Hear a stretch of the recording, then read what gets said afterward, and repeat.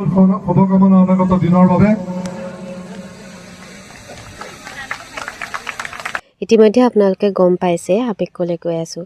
তথাপিও আপোনালোকৰ লগত শ্বেয়াৰ কৰোঁ বুলি ভাবিছোঁ কিছু মুহূৰ্ত। এয়া মাজুলীলৈ যোৱাৰ আগমুহূৰ্তত টুকুৰা সকলোকে সেৱাকাৰী আমি এতিয়া যাবলৈ লৈছোঁ মাজুলীলৈ বুলি। এয়া এটা সপোন বুলিয়ে ক'ব পাৰি আৰু এই সপোন ল'ৰাৰ দ্বাৰা যে সম্পূৰ্ণ হ'ব সেয়া ভবাও নাছিলোঁ।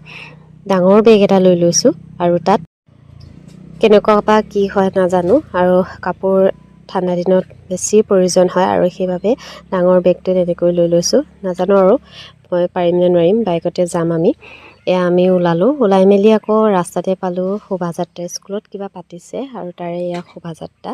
চাৰিআলি গৈ পালোঁগৈ, বাইকখন অকণমান কিবা এটা হৈ আছিলে সেয়াও দেখাই মেলি ল'লে। তাৰপিছত টুকুলে এটা স্মাৰ্ট ৱাটছ ল'লে। তাৰপিছতে আমি পালোঁগৈ লাডুৰিগড় আৰু একদম মানে কি ক'ব আৰু বিষাই গৈছে কান্ধত। আৰু এয়া মইনাপুৰীয়া নামঘৰৰ গেটত আমি এনেকৈ সেৱাকাৰী আমাৰ যাত্ৰা এতিয়া আৰম্ভ কৰিবলৈ লৈছোঁ। অকল আমিয়ে নাযাওঁ, মোৰ এনে গ্ৰুপৰ আৰু দাদাসকল যাব, ছাৰ যাব। এয়া আমি নিমাতী ঘাট পালোঁগৈ। প্ৰথমবাৰৰ বাবে লুইতৰ বুকুৱেদি যাম।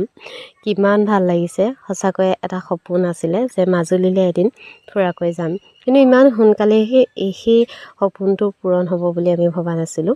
আমি গোটেইখিনি একেলগে গৈছোঁ আৰু নিমাতী ফেৰীত উঠিবৰ কাৰণে আমি গৈছোঁ। আৰু মোৰ অৱস্থাটো দেখিছেনে, গোটেই মানে বেগডালৰ সৈতে মানুহজনী দেখাইছে আৰু।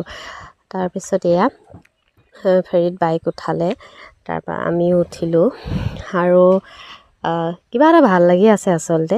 এইবাৰ প্ৰথম যাত্ৰা, ফেৰীটো এইবাৰ প্ৰথমহে উঠিম জীৱনত। তাৰপিছত এয়া আমি গৈ আছোঁ সকলোৱে এনেকৈ লগ লাগি, কেইবাজনো আমি গৈছোঁ আৰু গোটেইখিনি আমাৰ গ্ৰুপৰে হয়, ছাৰসকলেও গৈছে।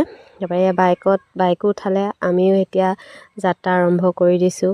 ইফালে আমাৰ পোৱালীকেইটা এইবাৰ টুকুৱে প্ৰথম এনেদৰে যাত্ৰা আৰম্ভ কৰিছে আৰু খুব ফূৰ্তি, খুব ভাল পাইছে গৈ, আমাৰো ভাল লাগিছে। এয়া দাদাসকল, এয়া আমাৰ এভলিন, আমি সকলোৱে ইমান ধুনীয়াকৈ যে সময়কণ পাৰ কৰি আগবাঢ়ি গ'লোঁ।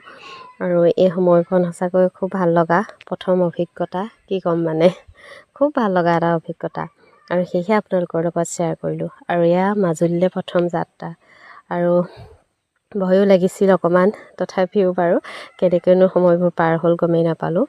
আৰু ইমান ধুনীয়া নহয় কি কওঁ মানে। এয়া আমি পালোঁগৈ আৰু গৈ পাই এয়া আমি গৈ আছোঁ মাজুলীৰ ৰাস্তাত আছোঁ আৰু ধুনীয়া ধুনীয়া জেগা ন, ইমান ধুনীয়া জেগা, কি ক'ম আৰু, ধুনীয়া ধুনীয়া ভিউ দেখি মোৰ কেমেৰাত এনেকৈ আবদ্ধ কৰি থ'লোঁ। তাৰপিছতে আমি য'লৈ গৈ আছিলোঁ গহপুৰ, আৰু তাৰ পালোঁগৈ। তাৰপৰা হোমষ্টে এটা ল'লোঁ